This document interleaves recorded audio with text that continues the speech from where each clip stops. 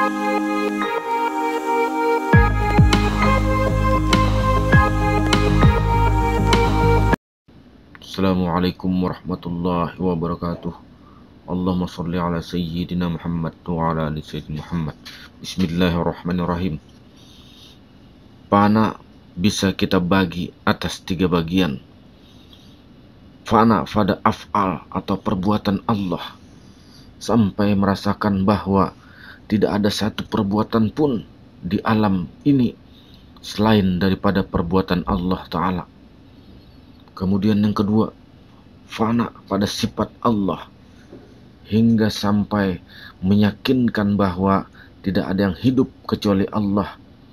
Apabila dikatakan tidak ada yang hidup, maka pada hakikatnya Allah yang hidup.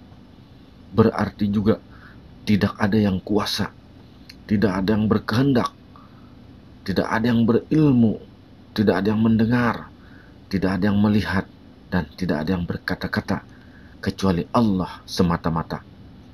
Kemudian fana pada zat Allah ialah hilang wujud yang lahir ini dan alam seluruhnya dan pandangan kita kecuali Allah. Jadi barang siapa yang melihat makhluk tidak punya perbuatan pada mereka, maka sesungguhnya ia benar. Dan barang siapa yang melihat makhluk yang tidak ada hidup pada mereka, maka derajatnya telah naik. Barang siapa melihat makhluk itu tidak ada pada hakikatnya, maka ia telah sampai kepada titik yang dituju, yaitu titik puncak ilmu dan ma'rifat. Apabila kita sudah menjalani yang 3 perkara ini, maka itulah makam fana namanya. Dan selanjutnya naik ke makam bako. Makam bako itu ialah itu Allah Ta'ala. Sedang makam fana kesimpulannya kepada lam mawjuda bihaqqin ilallah. Tidak ada yang mawjud kecuali Allah Ta'ala.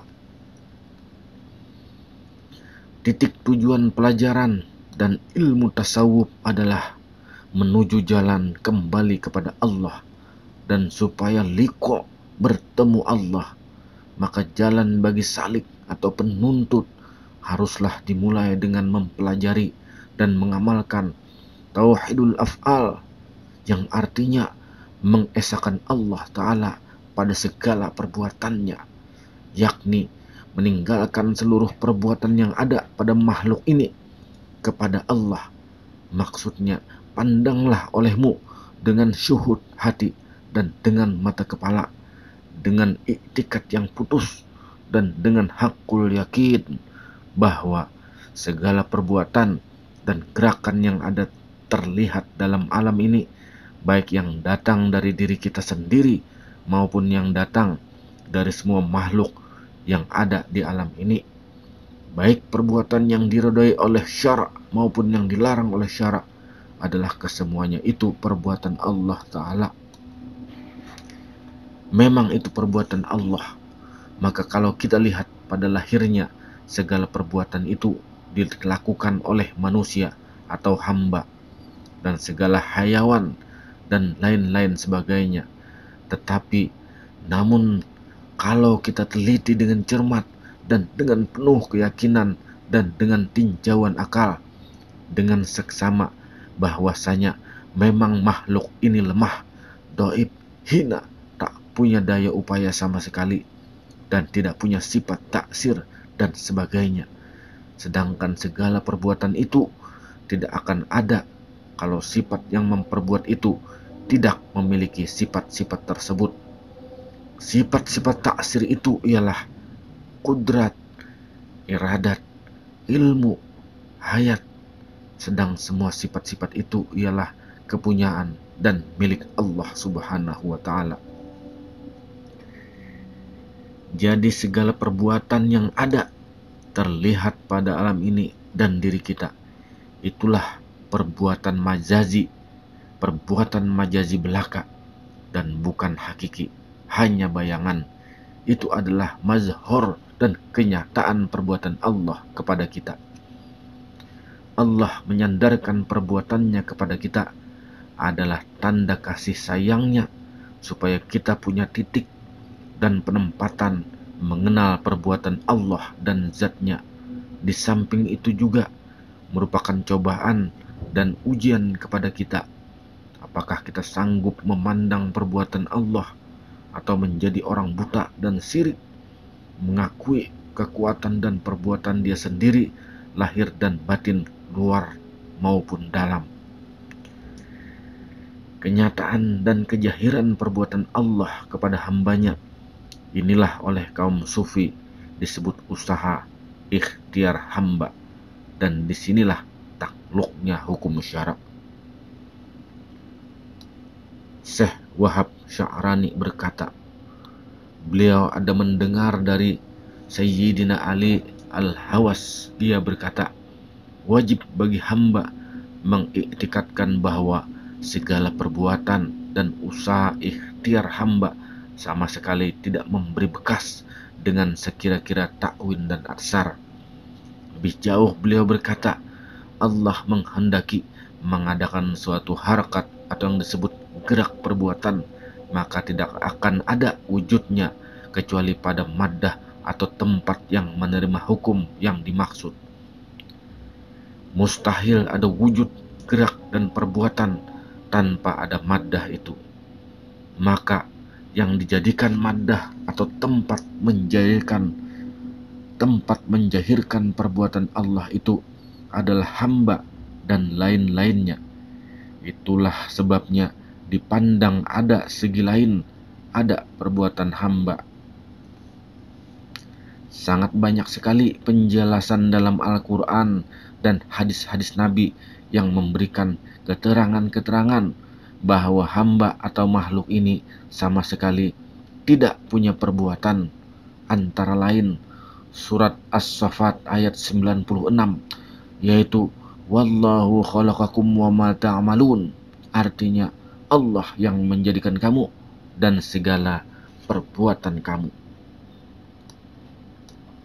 Dan kemudian lagi ayat yang lain berbunyi, falam taqtuluhum walakinallaha qatalahum wa ma ramaita is ramaita walakinallaha rama wala liyubliyal mu'minina minhu bala'an hasana innallaha sami'un alim.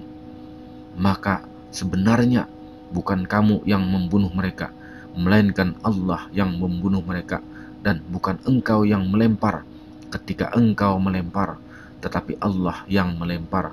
Allah berbuat demikian untuk membinasakan mereka dan untuk memberi kemenangan kepada orang-orang mukmin dengan kemenangan yang baik.